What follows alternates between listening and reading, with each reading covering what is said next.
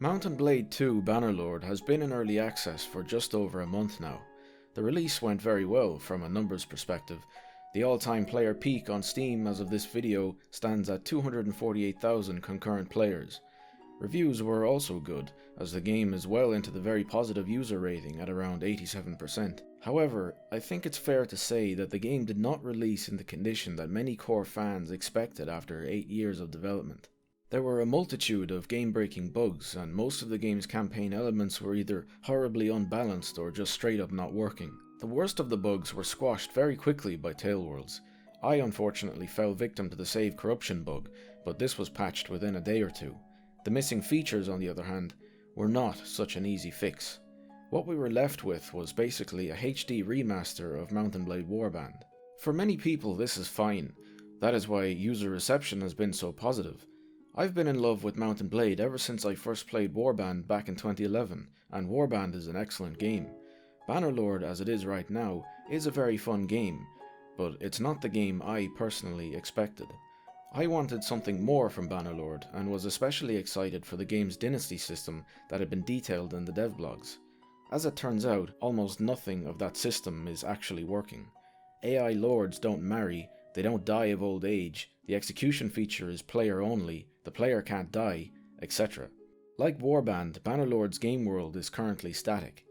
Needless to say, I was left a bit hollow after getting 20 hours into a save just to realise all this, as Tailworlds never told us exactly what to expect. Many others in the community felt the same, leading to some backlash, with some people wondering, what the hell have they been doing for 8 years? This is an honest question. So what happened? Bannerlord stands out in my mind with two other games in the industry, which both have infamous reputations: Star Citizen and DayZ Standalone. These two games and Bannerlord all have something in common. The developers attempted to make an in-house game engine while developing the game alongside it. The Herculean nature of this task cannot be understated. This isn't 1996 anymore, when a genius like Tim Kaine was able to code the engine for the original Fallout by himself in his mom's basement. Nowadays, creating a game engine completely from scratch requires an obscene amount of dev time and resources, to the point that fully funded development teams of 150 people still take years and years to do it. Now, on top of all that, imagine having to make a game as well. DayZ, in particular, is the poster boy for how not to make an early access game. The original intention of the DayZ developers was never to make their own engine. It released running on a modified version of Bohemia Interactive's Real Virtuality engine. Those of you who have played Arma 3 know just how janky this engine is. Playing any Arma game for all of 5 minutes gives the impression that the whole thing is held together with chewing gum and duct tape. In 2014, Bohemia made the extremely risky decision to move away from DayZ's Real Virtuality engine and build a new engine entirely, what we now know as the Infusion engine. Active development of the Infusion engine took several years, while development of DayZ itself seemed to slow down to a crawl. To many in the community, it looked like Bohemia had taken the money and run, and this wasn't helped by Dean Hall's departure from Bohemia when his contract ran out. Today, the Infusion engine is finished and is a vast improvement over Real Virtuality. DayZ has also left early access, player numbers are back up and positive reviews are slowly rising. But DayZ's reputation in the wider world is probably permanently ruined. The crux of the issue here is that there is an essential disconnect between developer and player. The average player doesn't care about a game's development. They simply look at a game's patch notes and make their mind up from there. Let's return now to Bannerlord. To me, it seems like the vast majority of Bannerlord's dev time went towards the engine, and then in the last year or so, towards the combat gameplay. The reason for this is obvious. The combat is the major selling point, the thing that both multiplayer and the single-player campaign revolve around. And it works very well. The combat in Bannerlord is very fun to play. Development of the campaign, on the other hand, seems not to have received much more than a few months. This is just an estimation I made from the fact that the campaign had so many obviously game-breaking bugs on release day that anyone playing would notice within an hour or two. With this in mind, I think everyone would do well to remember that development of the campaign is still in its infancy. Tailworlds made the extremely wise decision to not release Bannerlord into early access until development on the engine was complete.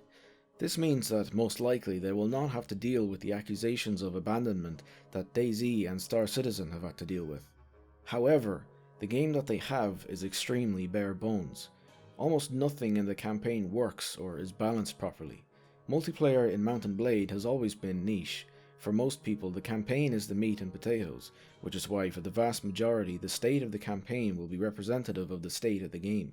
Players need to remember that game development takes time. Tailworlds release daily patches fixing the worst issues in the game for the first couple of weeks, and some have taken this as a sign that these quickfire patches will continue indefinitely, and that the game will be out of early access and complete within a year. Even Tailworlds themselves made the same estimation on the Steam page. I'm telling you now that this is not going to happen. This estimation should be taken with a massive dose of salt, because I have never ever seen an early access game completed anywhere near the time frame the developer gives. I have played many early access games over the years, and almost all of them begin with these quickfire patches on release, due to the devs fixing the many little obvious issues that crop up in the open playtesting that early access encourages. But eventually all the little issues get fixed, the patches dry up, players get impatient, and the abandonment accusations start to creep in. Big features take weeks, if not months, to implement, and simply throwing more programmers at an issue doesn't work. Tailworlds, on the other hand, needs to be more transparent about development. My initial disappointment with the game came from the fact that they kept development so under wraps. They didn't do anything to temper our expectations. They never once gave any reason as to why Bannerlord was in development for so long. This is information we've had to work out for ourselves. They were not open about how unfinished the campaign would be. What is there in Bannerlord right now is so good. I think that whenever the game is finished and mod tools are released, this is a game I'll still be playing in 10 years. But there is no reason to be impatient. Remember that early access is a privilege to playtest the game you're interested in as it develops. You shouldn't be buying it to play it. You're buying to test it and report bugs for the developers. In an ideal world, early access would be a mutual collaboration between player and developer. But this is not an ideal world. The price tag for Bannerlord is high. This is probably to discourage people who aren't already invested in the game.